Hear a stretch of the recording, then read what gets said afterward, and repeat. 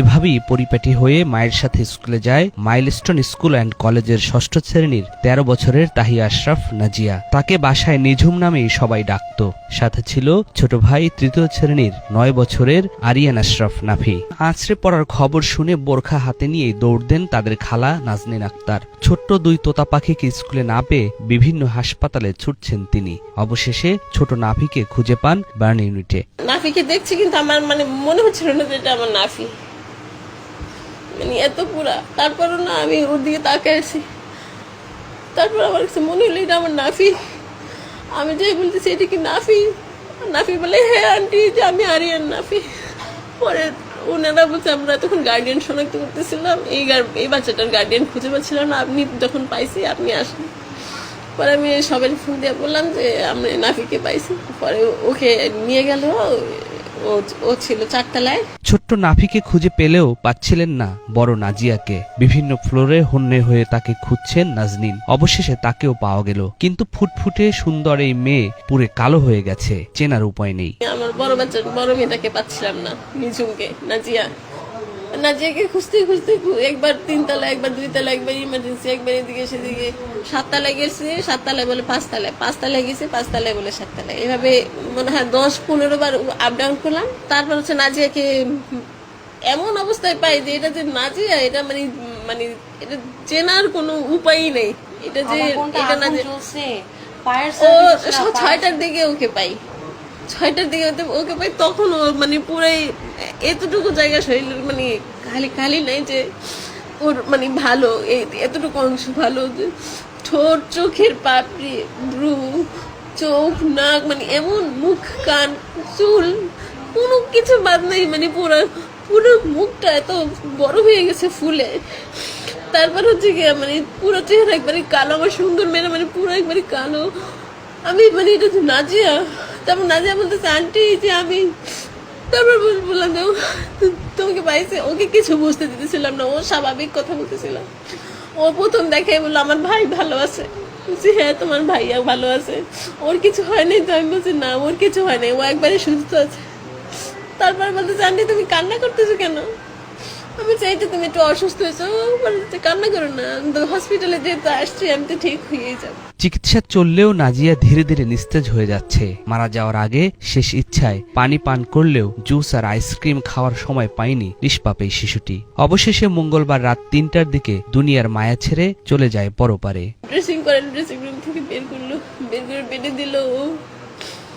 কিছুক্ষণ পরে ওর চোখের সাথে ওর চোখ লাগিয়ে গেল, চোখগুলা শরীর টরিল ফুলতেছিল। তখন বলতেছিল যে আন্টি আমি চোখ খুলতে পারতেছি না কেন, কাউকে দেখতে পারতেছি না কেন। আমি বললাম যে সকাল হইলে তুমি দেখতে পাবা। এখন ডাক্তার বলছে চোখ বন্ধ রাখতে হবে, সেজন্য ওষুধ দিয়ে রাখছে, ওর কারণে এই জন্য তোমার চোখ বন্ধ করে। বলে আচ্ছা। তারপর বলতেছে আন্টি তুমি ওর হাতটা ধরে রেখো, আমার হাতটা তুমি ছাইরো না। বলেছি তোমার হাত তোমার পা আমি ধরে রেখেছি, তোমাকে ছাইরো আমি এক মুহূর্তের জন্য কোথাও যাবো না। তারপর বলতেছিল যে আমার অনেক পানির পিপাসা পাইছে, আমাকে একটু পানি দাও। পরে আমি নার্সে বললাম, বলছে না পানি দেওয়া যাবে না। তারপর ডক্টর এসে বললো যে ওর হাতে বেশি সময় নেই, ও একটু পানি দিতে পারেন আপনি, তবে বেশি দিয়ে না। পরে আমি একটু বোতলের মুখ খুঁতে আমি ওকে একটু পানি দিই। বলে আন্টি এই পানি তো আমার তৃষ্ণা মিটতেছে না, আমার অনেক পানির পিপাসা লাগতেছে, তুমি আমাকে আরেকটু বেশি পানি দাও। তারপর আমি আর একটু কিছুক্ষণ পরে তোমাকে আবার পানি দিই। পরে আমি ওকে পানি দিই। ওর এত বড় করে হা করছে, ওর ঠোঁট সব পুরো গোলাপি হয়ে গেছে, মুখ টুক এগুলা সব এমন শরীরে এইটুকু অংশ একটু ধরবো, একটু আদর করবো, এই অংশটুকু ছিল না শরীরে। তারপর ডাক্তার ও ব্যথা কি করতেছিল, ব্যথা একটু পরে বলে আল্লাহ। পরে বলে আন্টি আমার এগুলো তো জ্বলে যাচ্ছে, আন্টি আমাকে একটু জুস দাও, পানিতে আমার ভালো লাগতেছে না।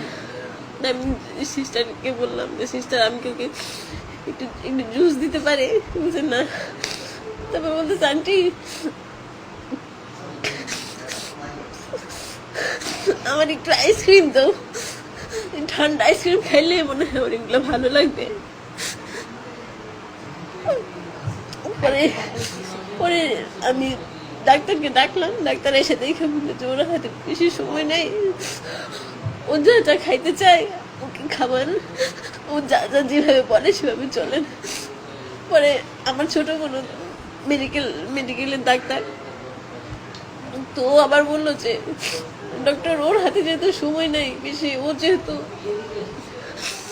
যেহেতু অনেক কষ্ট পাচ্ছে, আপনি ওকে ব্যথার ওষুধ দেন, ও যাতে ব্যথা বন্ধ করে ও আস্তে আস্তে ওর জীবনটা যায়, এত কষ্ট ভাবে না পেয়ে।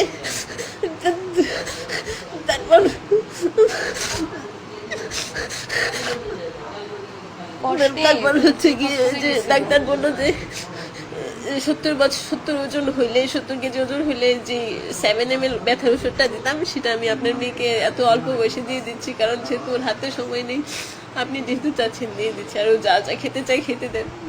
পরে তৈরি করে আমার ছোট বোনকে দোকানে বানালাম জুস আনতে, আইসক্রিম আনতে।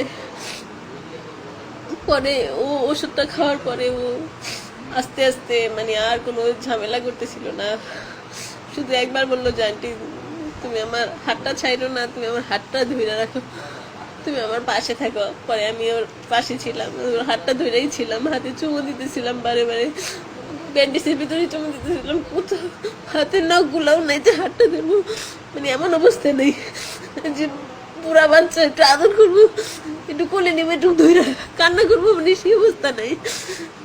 দূর থেকে দেখা ছাড়া আর কিছু করার ছিল না আমাদের। ওকে পানিও খাওয়ানো হয়েছে, ওর জিহ্বা পুড়ে গেছে, ও মাঝে জিহ্বাটা বাইর করতেছিল, পানি জিহ্বাটা বের করতেছিল। পরে আইসক্রিম আনছি, আইসক্রিম মানে এক চামচ হইতে পারে দিছি, ও তখন আর আইসক্রিমের জন্য আর কোনো কিছু চায় না, ব্যথার ওষুধ দেওয়ার পরে ও আস্তে আস্তে বড় বড় করে নিঃশ্বাস নিতেছিল। মারা গেছে রাত 3:32।